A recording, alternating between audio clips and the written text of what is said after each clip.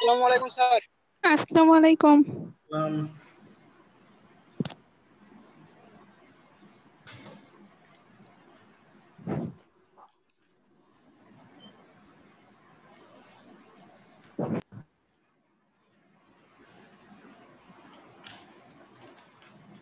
তোমরা কি খাতার লেখাটা দেখতে পারো? জি।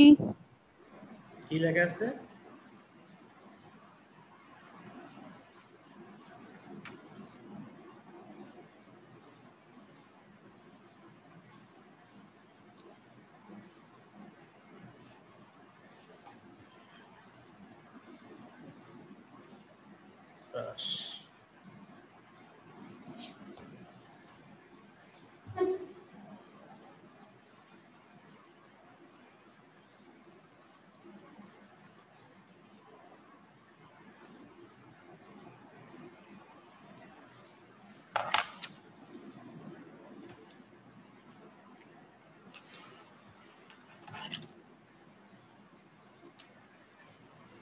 আসসালামু আলাইকুম সুপ্রিয় শিক্ষার্থীবৃন্দ, আশা করি তোমরা সবাই ভালো আছো।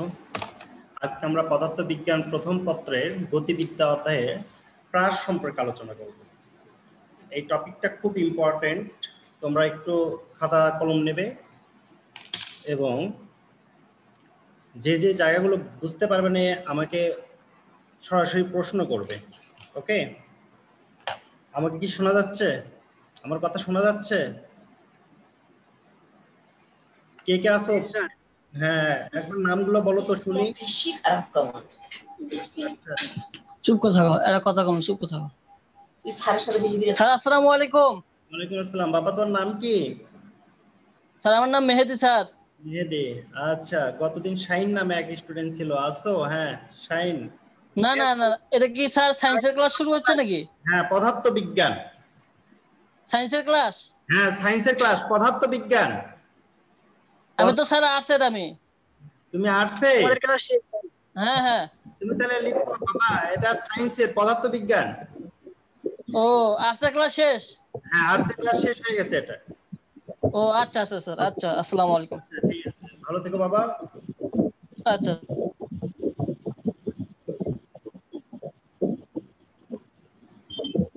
পদার্থবিজ্ঞানের কয়জন আছে, কে কে আছে বাবা? জি স্যার আছি। কি নাম? স্যার মোহাম্মদ আনিসুজ্জামান অন্তর। আচ্ছা, ঠিক আছে। জি। আর কি আছো? শাহিন? হ্যাঁ স্যার। ওকে, একটু খাতা কলম নিও, আমি কিন্তু প্রশ্ন করবো একটু। স্যার আজকে খাতা কলম মানে কাছে একটা সমস্যা ছিল তো। আচ্ছা, ঠিক আছে, তাহলে একটু বোঝার চেষ্টা করো। ওকে? আচ্ছা স্যার। জি স্যার। ওকে, আমি শুরু করলাম। আজকে আমরা আলোচনা করব প্রাস নিয়ে। প্রাস ভূমির সাথে যেমন আমরা প্রত্যাহিক জীবনে আমরা ঢিল নিক্ষেপ করি বাসাতে, পদার্থ বিজ্ঞানের ভাষায় এই ভূমির সঙ্গে যে কোনো বস্তুকে যখন আমরা তির্যক ভাবে উপরের দিকে নিক্ষেপ করব, ঠিক আছে, সোজা কথায় আমরা যেটাকে ঢিল নিক্ষেপ করা বলি বা বর্ষা নিক্ষেপ করা বলি, বা ক্রিকেট খেলার সময় যখন ব্যাট দিয়ে আমরা বলে আঘাত করি, তখন এই বলটা যে পথে গমন করে এই নিক্ষিপ্ত বস্তুর গতিপথকে বলা হবে প্রাস। তাহলে আমরা কি জানতে পারলাম যে যে কোনো বস্তুকে এই যে আনুভূমিকের সঙ্গে কোণ করে, দেখো কোণ, দেখো আমি থিতা দিয়েছি, কোণ করে যে কোনো বেগে নিক্ষেপ করলে এই নিক্ষিপ্ত বস্তুর গতিপথকে বলা হবে প্রাস।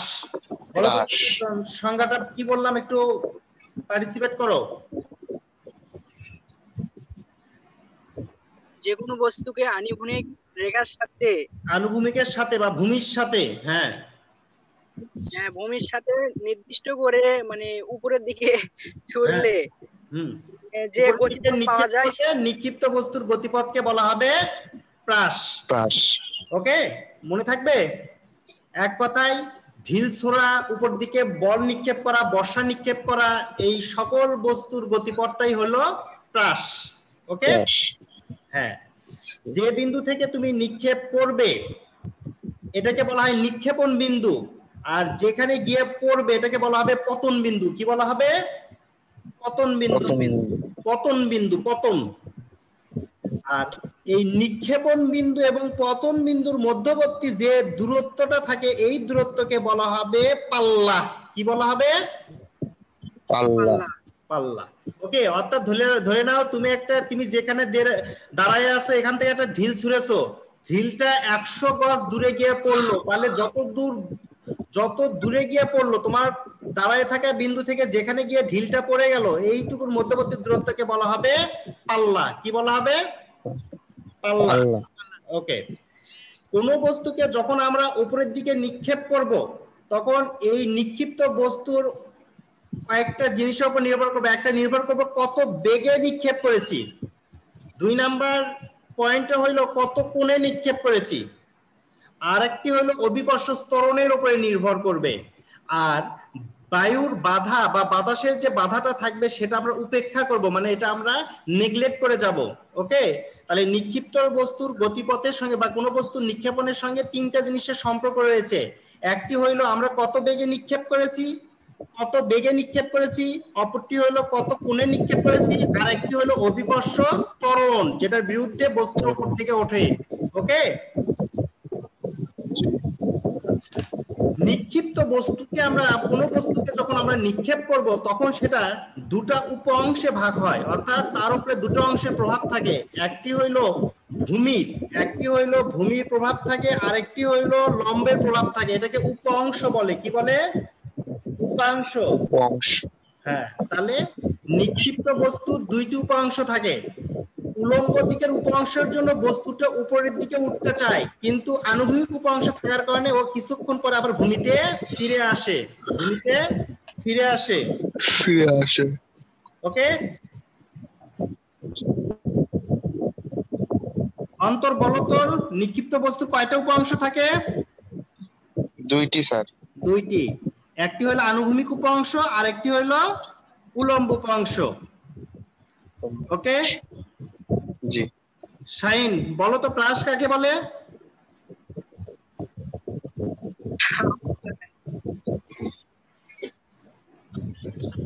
প্রাস, আমি হেল্প করি। আনুভূমিকের সাথে তির্যকভাবে নিক্ষিপ্ত বস্তুর গতিপথকে বলা হয় প্রাস। হ্যাঁ, আর একজন আছো রিদনুল হক, শুনতে পাচ্ছো বাবা? বলো তো পাল্লা কাকে বলে? পাল্লা স্যার নিক্ষিপ্ত বস্তু থেকে যে জায়গায় পতন বিন্দুর মধ্যবর্তী দূরত্বকে পাল্লা বলে। গুড। ওকে বাবা, শোনো, যখন কোন বস্তুকে আমরা নিক্ষেপ করি তখন তার দুটো উপ অংশে ভাগ হয়ে যায়, অর্থাৎ এই বেগটা দুটো উপ অংশে ভাগ হয়। যেটা আনুভূমিক উপ অংশের দিকে যে বেগটা যায়, আনুভূমিকের জন্য হয় v0 cos θ। আনুভূমিক উপ অংশের জন্য আমরা কি ইউজ করব? v0 cos θ। তবে একটু v0টা বোঝো। ক্লাস 9-10 এ যেটা আমরা আদি বেগকে ইউ দ্বারা পড়েছি, ইন্টারমিডিয়েটে এই আদি বেগকে আমরা ইউ দ্বারা না পড়ে ভির নিচে ছোট্ট করে একটা শূন্য দিলাম, এটাকে বলা হবে v0। এটা তার আদি বেগ বোঝানো হয়। কি বোঝানো হয়? আদি বেগ। তোমরা কি ছবিটা ক্লিয়ার দেখতে পারতেছো? দেখতে না পারলে বলো, আমি আরেকটু বড় লাল পেন দিয়ে লিখি। আর উলম্ব উপ অংশ যেটা উপর দিয়ে যাবে, উলম্ব উপ অংশের জন্য হবে হলো v0 sin θ। তাহলে আমরা কি জানতে পারলাম? যে কোন বস্তুকে যখন আমরা নিক্ষেপ করব তখন ওই বস্তুর বেগ 2টি উপ অংশে বিভক্ত হবে। আনুভূমিকের দিকে যে উপ অংশ থাকবে সেটি হবে v0 cos θ, সেই বেগের অংশটি হবে v0 cos θ, এবং উলম্বের জন্য হবে v0 sin θ। ওকে, এখন শোনো বাবা, কোন বস্তুকে আমরা উপর দিকে যখন নিক্ষেপ করব তখন বস্তুটির আনুভূমিক উপ অংশের দিকে তার কোনো প্রভাব থাকবে না। এই কারণে আমরা যখন সূত্র প্রমাণ করব আনুভূমিক উপ অংশের ক্ষেত্রে, পেন থাকলে একটু লিখে নাও, আনুভূমিক উপ অংশের ক্ষেত্রে বস্তুটি সমবেগে চলবে। কিভাবে চলবে? সমবেগে। আর উলম্ব উপ অংশের দিকে বস্তুটি চলবে সমমন্দনে। অর্থাৎ কোন বস্তুকে যখন আমরা উপরের দিকে নিক্ষেপ করি তখন উলম্ব দিকে যায় হচ্ছে সমমন্দনে, আনুভূমিক দিকে হলো সমবেগে। তাহলে ক্লাস 9-10 আমরা একটা সূত্র শিখেছি, সমবেগের সূত্র শিখেছিলাম, s = vt। আশা করি তোমাদের মনে আছে, h সমান vt। ওকে, আচ্ছা তাহলে আনুভূমিক, হ্যাঁ বাবা কোনো প্রশ্ন? না স্যার। আনুভূমিক উপাংশের ক্ষেত্রে আমি সূত্র প্রমাণ করার চেষ্টা করতেছি। আনুভূমিক উপাংশের ক্ষেত্রে বের করব।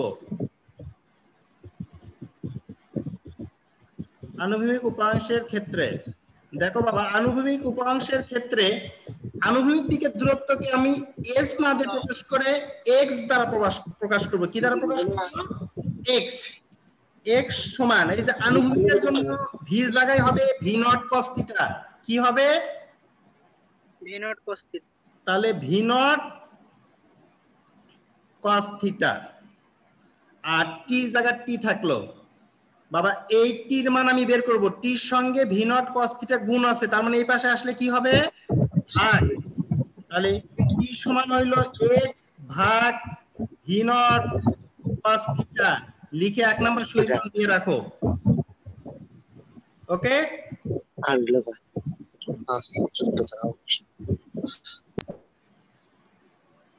বাবা এবার উলম্ব উপাংশ, মানে দুটো উপাংশে ভাগ হয়েছে বেগটা। উলম্ব উপাংশ, উলম্ব উপাংশের ক্ষেত্রে বাবা দেখো আমরা ক্লাস 9 এ পড়েছি যে উপরের দিকে কোনো বস্তুকে যদি আমরা নিক্ষেপ করি সেই ক্ষেত্রে আমরা সূত্র জানি h সমান ut plus half at square. এই সূত্রের আলোকে আমি লিখবো, দেখো s উপরের দিকে নিক্ষেপ করেছি, উপরের দিকে এই যে চিত্রে দেখো উপরের দিকে উলম্ব উপাংশের জন্য x এর জন্য আমি ইউজ করব y, আর উপরের দিকের জন্য u এর জায়গায় ইউজ করব v নট sin থিটা। কি ইউজ করব? v not sin theta. sin theta আর t এর জায়গায় t থাকলো।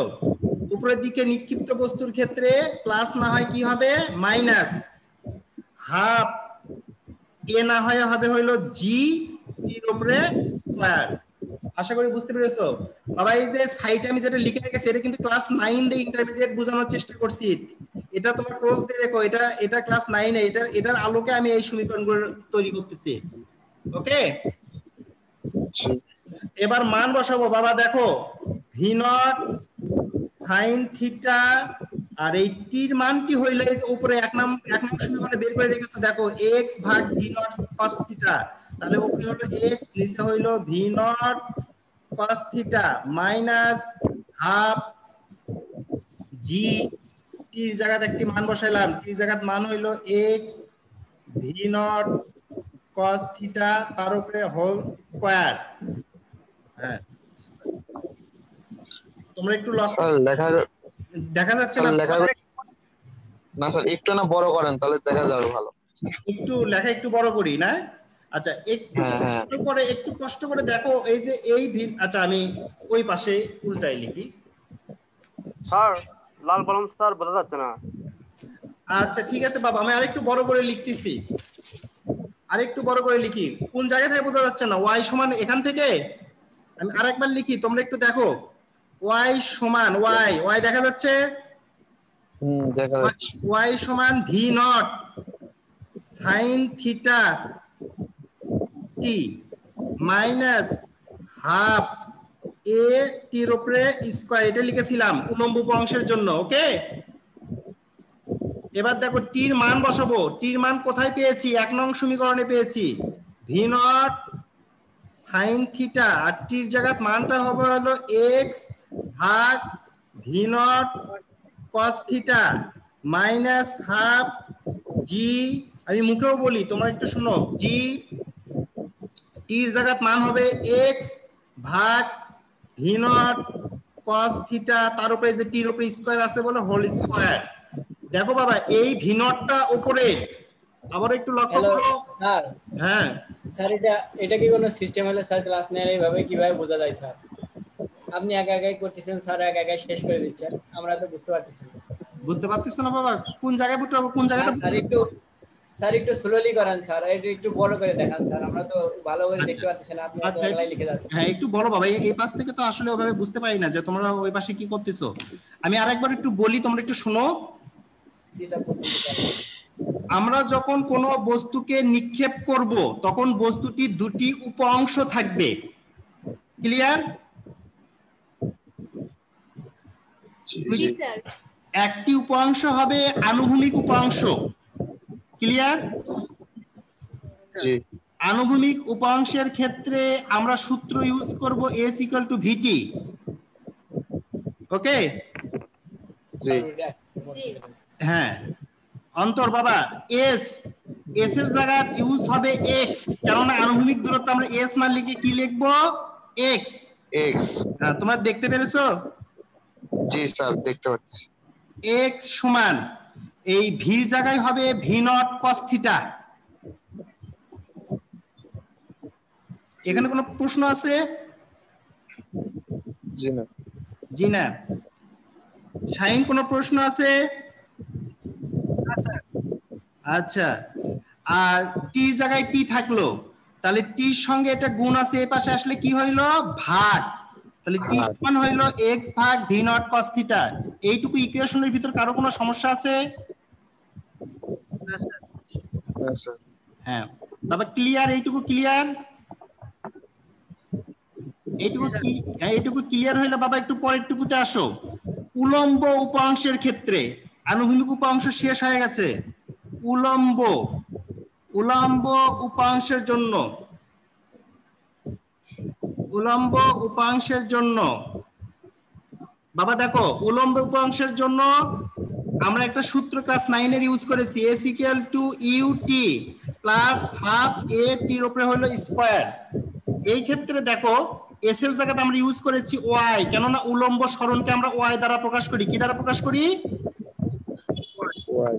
y। ওকে, আর উলম্ব দিকে বস্তুটা নিক্ষেপ করেছি বলে আমরা u এর জায়গাতে ইউজ করব v0 sin θ।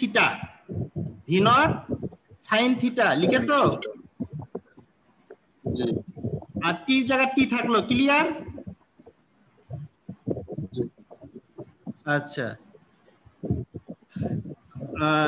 অন্তর কিছু বলো। জি স্যার কি বলবো? তুমি কথাগুলো পরিষ্কার বুঝতে পারতেছো? জি স্যার বুঝতে পারতেছি। আচ্ছা, রেজওয়ান আছো, রেজওয়ানুল হক, তুমি কোনোই কথা বলো না। রেজওয়ান বুঝতে পারতেছো? জি স্যার। ওকে, আর কে আছো? তিনজনকে তো দেখি। আর একজন রিফাত।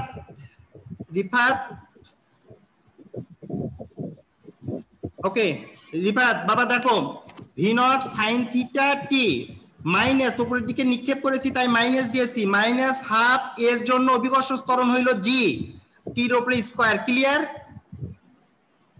বাবা? ক্লিয়ার? জি স্যার। ক্লিয়ার না হলে ক্লিয়ার করব বাবা, বলো। এবার দেখো এক নং সমীকরণ থেকে t এর মান আমি বসাই দিলাম। v0 sin θ t এর মান হলো x ভাগ v0 cos θ। ওকে, একটু খাতাতে লেখো, মাইনাস হাফ জি, টি জায়গাতে আবারও মান বসাইলাম, x ভাগ v0 cos θ পুরোটার হোল স্কয়ার করলাম। ক্লিয়ার?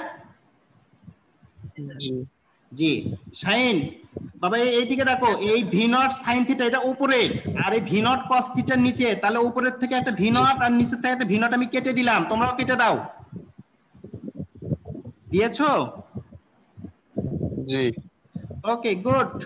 তাহলে y সমান এখানে উপরে থাকলো হলো sin θ আর নিচে থাকলো হইলো cos θ into x minus half g, আর এই x এর উপরে স্কয়ার, দেখো এখানে হোল স্কয়ার করা আছে, তাহলে x এর উপরে স্কয়ার করলো x স্কয়ার ভাগ হইলো v0 cos θ এর উপরে হোল স্কয়ার।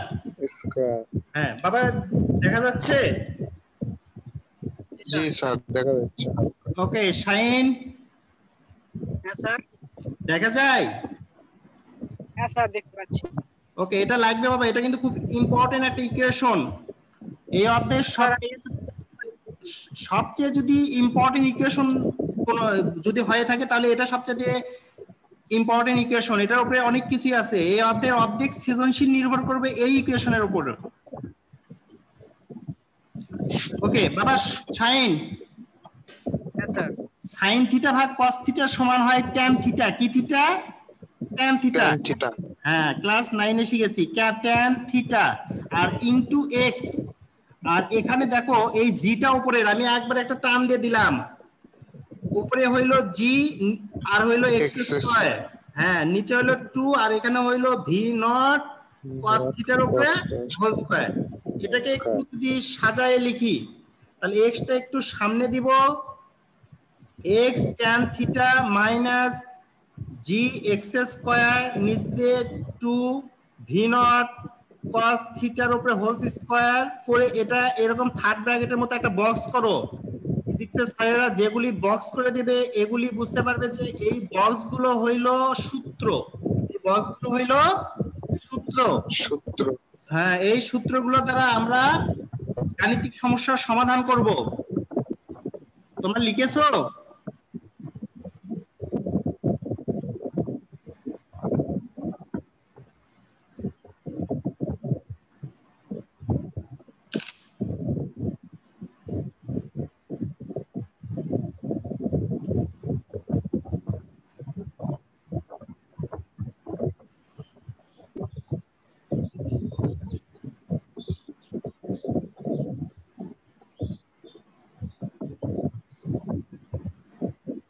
আমার লেখা শেষ হলো আমাকে রেসপন্স করবে। জি স্যার শেষ। শেষ কার শেষ হয়েছে এটা? স্যার আমার অন্তর শেষ হয়ে গেছে। রিফাত? জি স্যার হইছে। Okay good. শাইন? আর আমার কাছে খাতা নাই আজকে। তোমার কাছে আজকে খাতা নেই, সামনের দিনে তোমার কাছে কিন্তু এটা ধরবো আমি, ঠিক আছে? আচ্ছা স্যার বাসায় গিয়ে লিখে রাখবো স্যার, আমি বাসায় গিয়ে লিখে রাখবে, সায়েন্সে আরো অ্যাক্টিভ হতে হবে, ঠিক আছে? রিদওয়ানুল হক আর হয়েছে হইছে? তোমার হইছে? তাহলে আমি এখন পর্যন্ত পরিষ্কার করলাম ভূমির সঙ্গে তির্যকভাবে নিক্ষিপ্ত বস্তুর গতিপথকে প্রাস বলে। প্রাসের সমীকরণ বের করে দিলাম। প্রাসের জন্য আমরা যে বস্তুটা নিক্ষেপ করলাম এই বস্তুটি দুটো উপ অংশে ভাগ হয়, একটি হলো আনুভূমিক উপ অংশ আর একটি হলো উলম্ব উপ অংশ। ক্লিয়ার? এই দুটি উপ অংশকে ইকুয়েশন করে আমরা একটি সূত্রে উপনীত হইলাম। সূত্রটা হইলো y সমান x tan theta minus gx square 2 into v not cos থিটার উপরে হোল স্কয়ার। এটা একটি সূত্র। এরপরে একটু জায়গা ফাঁকা রেখে দাও, একটু পরে ওখানে আরো একটু কিছু শিখাবো। আর প্রাস সংক্রান্ত এখন 3টা সূত্র লিখে দেব। 3টা সূত্র লেখো স্যারেরা, সবাই একটু খাতা বের করো, 3টি সূত্র লিখে দেব। রিফাত, আমি যে সূত্র প্রথমে লিখবো তুমি সেটা বলবে, ঠিক আছে? মানে আর দেখে দেখেই বলবে, দেখি তুমি লেখাটা স্পষ্ট হয়েছে কিনা এটা বোঝার জন্য। ওকে, তুমি সর্বপ্রথম লিখবে সর্বোচ্চ উচ্চতা।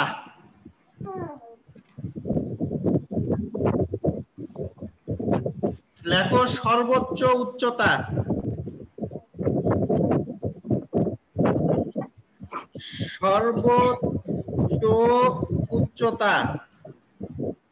সর্বোচ্চ উচ্চতা কমা বড় হাতের এই হাইট সমান ব্র্যাকেট দিয়ে ভি নট সাইন থিটা তার উপরে হোল স্কয়ার ভাগ হইল 2g।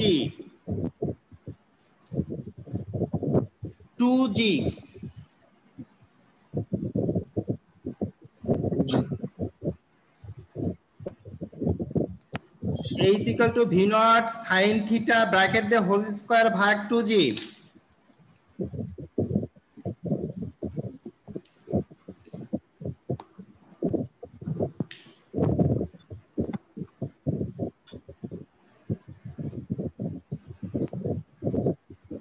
রিফাত হয়েছে? জি। আবার কি লিখেছো বলো তো? A is equal to v naught sin theta whole square divided 2g। Okay. Fine.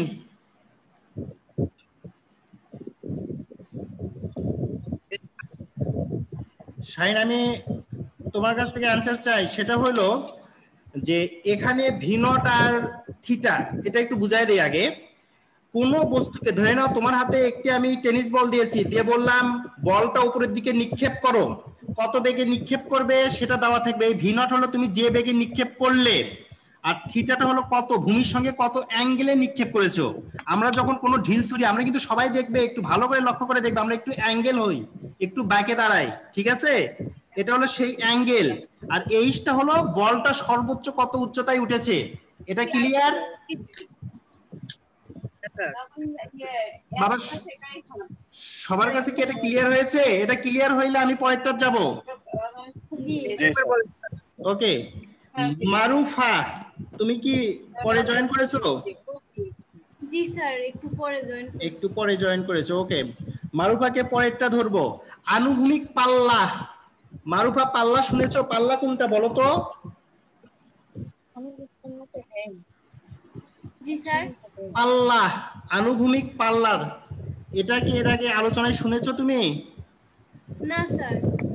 এটা শোনো নাই? আনুভূমিক পাল্লা কে বলতে পারবে? পাল্লা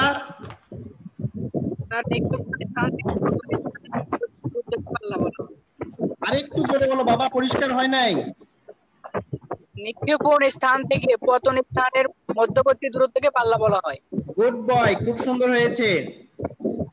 মারুফা, তুমি যে বস্তুটা নিক্ষেপ করবে, তুমি যেখান থেকে নিক্ষেপ করলে আর বস্তুটা যেখানে গিয়ে পড়লো, অর্থাৎ নিক্ষেপণ বিন্দু এবং পতন বিন্দুর মধ্যবর্তী দূরত্বকে বলা হয় পাল্লা। কি বলা হয়? পাল্লা। তোমরা কি দেখতে পাচ্ছ? 2 নাম্বার সূত্র লিখে দিয়েছি, দেখো 2 নাম্বার সূত্র লেখো, পাল্লা সমান আনুভূমিক পাল্লা সমান আর, ওকে, আর সমান V naught sign, V naught square দিয়েছি, V naught square sine 2 theta ভাগ জি। সবাই উঠানো শেষ হইলে আমাকে একটু রেসপন্স করবে।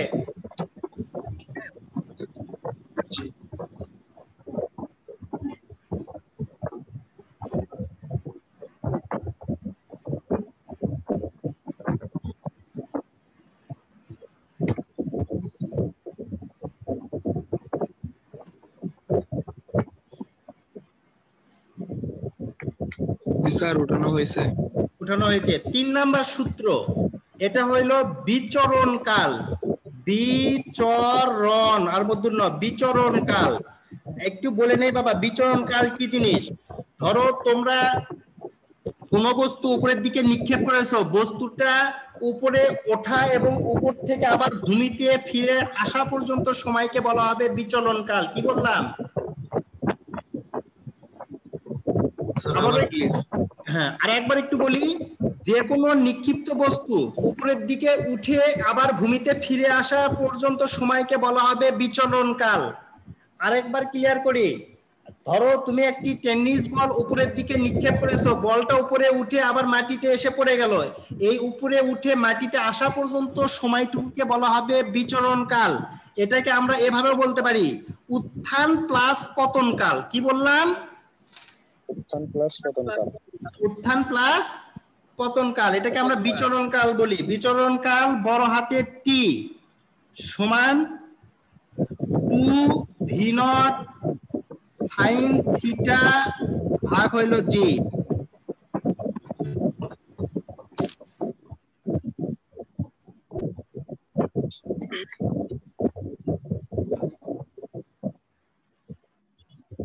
হয়েছে?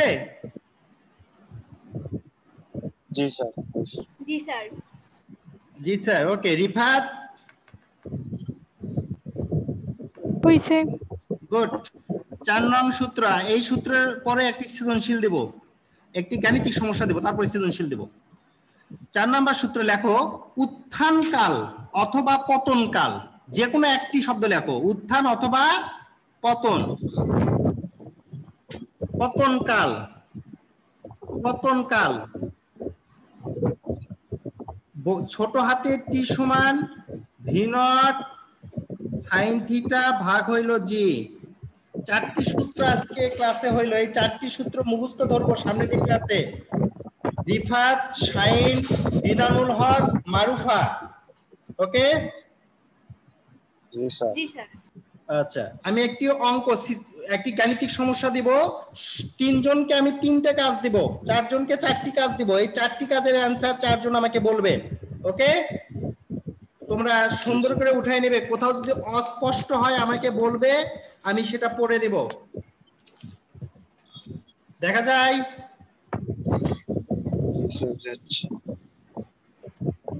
এখন আমি একটু করে দেই, তোমরা উঠাও। আর অন্তর যেহেতু খাতা কলম নেই, অন্তর অন্তর চলে গেছে নাকি? না স্যার আছি। ওকে। একটি বস্তুকে 15 মিটার পার সেকেন্ড বেগে, একটি বস্তুকে 15 মিটার পার সেকেন্ড বেগে ভূমির সাথে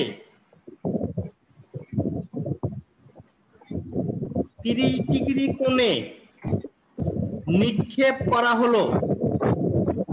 আমি উদ্দীপকটি আরো একবার বলি। একটি বস্তুকে 15 মিটার পার সেকেন্ড বেগে ভূমির সাথে 30 ডিগ্রি কোণে নিক্ষেপ করা হলো। লিখেছো?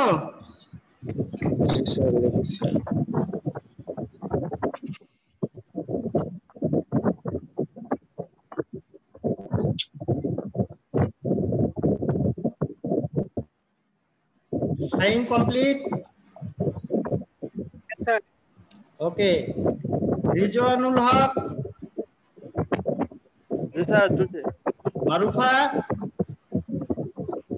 জি স্যার। 3টি প্রশ্ন আছে, দেখো। 1 নাম্বার, বস্তুটির সর্বোচ্চ কত উচ্চতায় উঠবে? 2 নাম্বার প্রশ্ন, আনুভূমিক পাল্লা কত হবে? 3 নাম্বার প্রশ্ন, বিচরণ কাল কত হবে?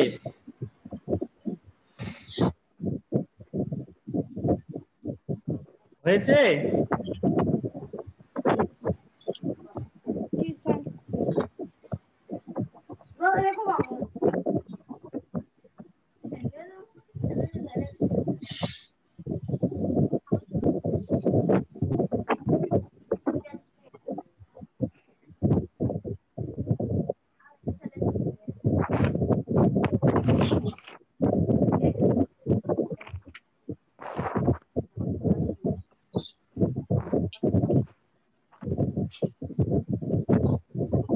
ওকে। 1 নাম্বারটা সাইন করে অ্যানসার বলবে। সাইন, তোমার কাছে কি ক্যালকুলেটর রয়েছে? আচ্ছা ঠিক আছে বাবা, যে কয়েকটা সৃজনশীল দিলাম এই কয়েকটারই অ্যানসার আমি সামনের দিন সবার কাছ থেকে চাই। সবার কি উঠানো কমপ্লিট হয়ে গেছে বাবা? জি স্যার জি জি। স্যার। আমি আরেকটি অঙ্ক দিব, আরেকটি উঠায় নাও। দুটা, এই দুটার সামনের দিনে আমি অ্যানসার জানতে চাই, কার কত অ্যানসার বের হয়েছে।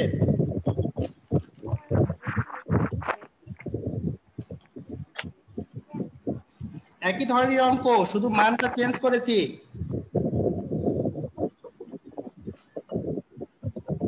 দেখো, একটি বস্তুকে 40 মিটার পার সেকেন্ড বেগে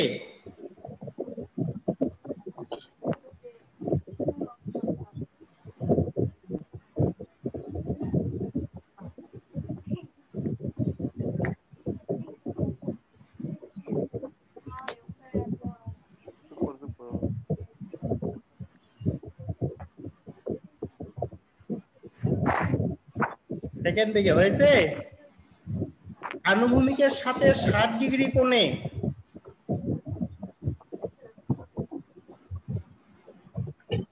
নিক্ষেপ করা হলো।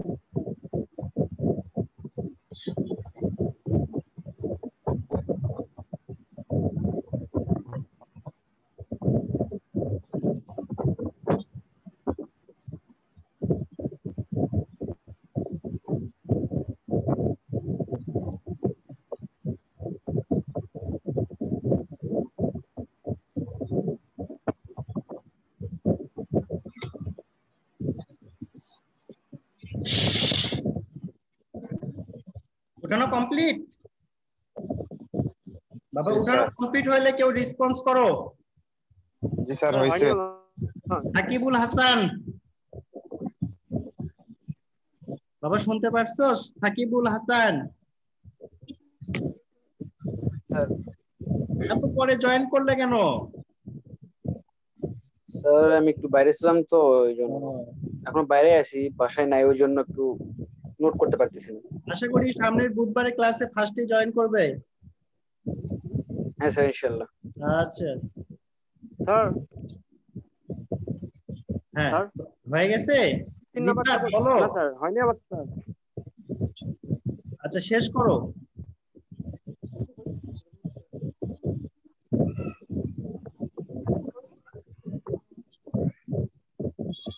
স্যার হয়েছে। হয়েছে না? আমি একটু কথা বলি, সবাই শোনো। তোমরা বইটা কিনে নেবে, আশা করি সবাই বই কিনেছো। আচ্ছা স্যার কিনছি। তাহলে তোমরা তৃতীয় অধ্যায়ে শুধু প্রাস টপিকটা একবার রিডিং করবে। এটা এখানে আমি যেটা বোঝানোর চেষ্টা করলাম সেটা হলো প্রাস কাকে বলে, তারপরে বুঝাইলাম প্রাসের গাণিতিক রাশিমালা, এরপরে বুঝাইলাম একটি প্রাস মানে একটি বস্তুকে যখন আমরা নিক্ষেপ করবো এটা সর্বোচ্চ কত উচ্চতায় উঠতে পারে, কোথায় গিয়ে মানে কত দূরে গিয়ে পড়তে পারে, সর্বোচ্চ উচ্চতায় উঠতে কত সময় লাগে, অথবা বস্তুটা উঠিয়ে আবার মাটিতে পড়তে কত সময় লাগে। তাহলে এই চারটা জিনিস ক্লিয়ার হতে হবে, কেননা সামনের দিনে এইটুকু টপিকস এর উপরে আমি সৃজনশীল শুরু করব। আবারও বলি, আমি যে যে সূত্র শিখাবো, যে যে সূত্র দিয়ে ম্যাথ করাবো, আমি ওই সূত্রের আলোকে আমি আবার তোমাদেরকে সৃজনশীল শিখাবো। ওকে? তাহলে হ্যাঁ শাইন বলো তো আজকে কি কি শিখলাম আমরা? আজকের পাঠে আমরা কি কি শিখলাম? আজকের ক্লাসে আমরা কি কি শিখলাম? স্যার প্রাস কাকে বলে, হ্যাঁ প্রাসের গাণিতিক তারপরে রাশিমালা, আনুভূমিক পাল্লা কাকে বলে, হ্যাঁ তারপরে বস্তু কাল। তারপরে মানে কত উপরে উঠবে, হ্যাঁ সর্বোচ্চ উচ্চতা, আনুভূমিক পাল্লা, বিচরণ কাল আর উত্থান কাল বা পতন কাল, এই চারটা জিনিস ক্লিয়ার করেছি। এই চারটা টপিকস এর উপরে আমি দুটো গাণিতিক সমস্যা দিয়েছি, তোমরা সামনের দিনের প্রথমে আগে আনসারটা বলবে, আমি আশা করি সবাই পারবে। ঠিক আছে? আর নেক্সট ক্লাসে এই টপিকসটার উপরে সৃজনশীল হবে, আশা করি সবাই অংশগ্রহণ করবে। এরপরও আমি আমার ফোন নাম্বার লিখে দিচ্ছি, যদি বই পড়তে কোথাও যদি সমস্যা ফিল করো তাহলে একটু ফোন দিও, আমি ক্লিয়ার করে দিব। ওকে স্যার ধন্যবাদ। 01717522902 সজীব স্যার।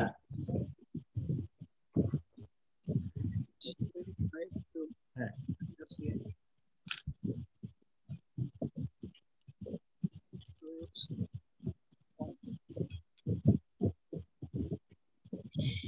নাম্বারটা আরেকবার বললে ভালো হয়।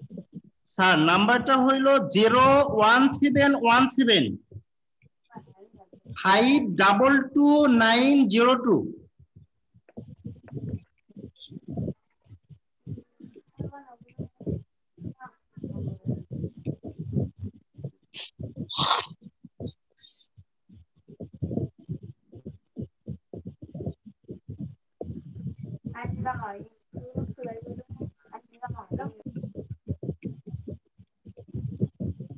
আজকে আমার সঙ্গে ছিলে রিফাত, অন্তর, শাহিন, রেদানুল হক, মারুফা আক্তার আর সাকিবুল হাসান লাস্টে এসেছো। আমি আশা করি সামনের দিনের ক্লাসে সবাই থাকবে এবং আমি যে দুটা গাণিতিক সমস্যা দিলাম এই দুটা গাণিতিক সমস্যার সমাধান করবে।